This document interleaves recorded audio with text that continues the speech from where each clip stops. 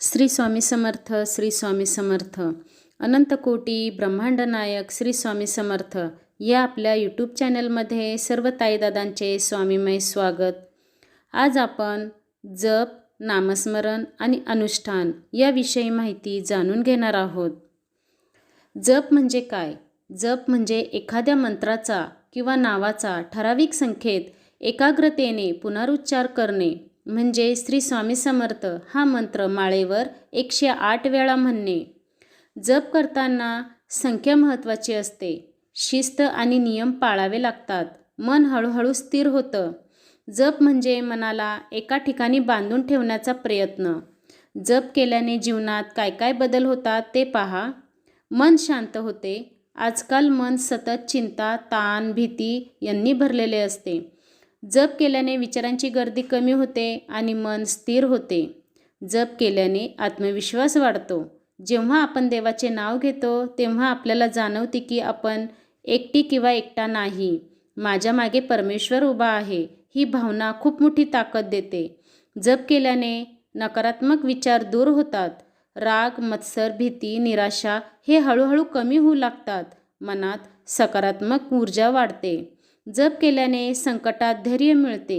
जप केल्याने संकट संपतीलच असे नाही, पण त्यांना सामोरे जाण्याची शक्ती नक्की मिळते. कर्म शुद्ध होतात. जप केल्यावर आपल्या विचारांमध्ये आणि कृतीत बदल होतो. आपण जाणीवपूर्वक चांगले निर्णय घ्यायला लागतो. आध्यात्मिक बदल होतात. अंतर्मनात समाधान वाढते. झोप चांगली लागते. चिडचिड कमी होते. इतरांविषयी प्रेम आणि करुणा वाढते. जप म्हणजे देवाला हाक मारणे नाही, तर देवाच्या उपस्थितीची जाणीव ठेवणे आहे. स्वामी समर्थ जप 11 माळीच का करावा? कारण 1 ते 2 माळी जप केल्यानंतरही मन भटकत राहते, पण 11 माळीपर्यंत येईपर्यंत मन हळूहळू शांत होते आणि नामाशी एकरूप होते. 11 माळ म्हणजे आपलं शरीर आणि मन पूर्णपणे नामात अर्पण करणे. आपली 5 ज्ञानेंद्रिय आणि 5 कर्मेंद्रिय मिळून 10, त्यावर मन नियंत्रण ठेवते, म्हणजे 10 + 1 = 11 माळी. श्री स्वामी समर्थ जप 11 माळी केलं तर ते आपल्या भोवती संरक्षणाचं कवच तयार करते. जपाचे प्रकार 3 आहेत. 1.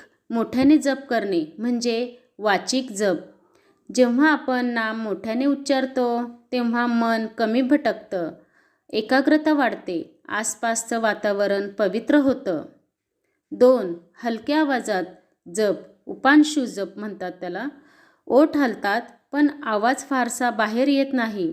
हा जप अधिक अंतर्मुख करतो आणि मन स्थिर करतो. 3. मनात जप करणे म्हणजेच मानसिक जप. हा जप सर्वात श्रेष्ठ जप मानला जातो. जेव्हा जप फक्त मनात चालू असतो तेव्हा तो अधिक सूक्ष्म आणि शक्तिशाली मानला जातो. अनेक संतांनी मनात केलेल्या जपाला सर्वोत्तम म्हटले आहे, कारण तो अखंड चालू ठेवता येतो, चालताना, काम करताना, झोपण्यापूर्वी. आता आपण नामस्मरण याविषयी माहिती जाणून घेणार आहोत. नामस्मरण म्हणजे कधीही कुठेही मनाने देवाचं नाव आठवणं. चालताना, काम करताना, स्वयंपाक करताना श्री स्वामी समर्थ मनात सतत म्हणणं. नामस्मरण म्हणजे फक्त ओठांनी नाव घेणं नाही, तर हृदयाने देवाची आठवण ठेवणं. नामस्मरण म्हणजे प्रत्येक श्वासात देवाची जाणीव. संकटात मी एकटा नाही हा विश्वास. मनात सतत सकारात्मक ऊर्जा. नाम म्हणजे देवाशी जोडलेली थेट लाईन. हनुमंतराया म्हणजे भक्तीचे वृत्तिमंत उदाहरण आहे. हनुमंतराया गाढ नामस्मरणात मग्न होते. तेव्हा श्रीरामांनी त्यांची भक्ती पाहण्यासाठी धनुष्यबाण त्यांच्यावर सोडला, पण तो बाण हनुमंतरायाजवळ पोहोचताच परत फिरला आणि श्रीरामांच्या भात्यात जाऊन पडला. याचा अर्थ काय? तर हनुमंतरायाच्या भोवती रामनामाचं अदृश्य कवच तयार झालं होतं. हे आहे अखंड नामस्मरणाचा महिमा. कारण नाम हे तुमचं शस्त्र नाही, ते तुमचं संरक्षण आहे. थोडक्यात सांगायचे म्हणजे जप म्हणजे साधना आणि नामस्मरण म्हणजे भावना. दोन्ही एकत्र आले की भक्ती पूर्ण होते. आता आपण अनुष्ठानविषयी माहिती जाणून घेणार आहोत. अनुष्ठान म्हणजे काय? अनुष्ठान म्हणजे फक्त जप नाही, ते आहे श्रद्धा, नियम, सातत्य, पूर्ण समर्पण यांचा संगम. जेव्हा आपण एखाद्या देवतेचा नावाचा नियमपूर्वक ठराविक काळ ठराविक संख्येने जप करतो त्याला अनुष्ठान म्हणतात. म्हणजेच नियमाने केलेला जप म्हणजे अनुष्ठान. अनुष्ठान का करतात तर अडचणी दूर व्हाव्यात, आर्थिक समस्या कमी होण्यासाठी, घरात शांतता यावी, आरोग्य सुधारावे, मन शांत होण्यासाठी, स्वामींची कृपा होण्यासाठी व लोककल्याणासाठी अनुष्ठान करतात. अनुष्ठान कसं करायचं? पहिल्या दिवशी संकल्प करा. सकाळी स्नान करून स्वामींच्या प्रतिमेसमोर बसा. हातात पाणी घ्या, डोळे मिटा आणि मनापासून बोला, हे श्री स्वामी समर्थ, मी तुमचं लेकरू आहे, माझ्यावर कृपा करा.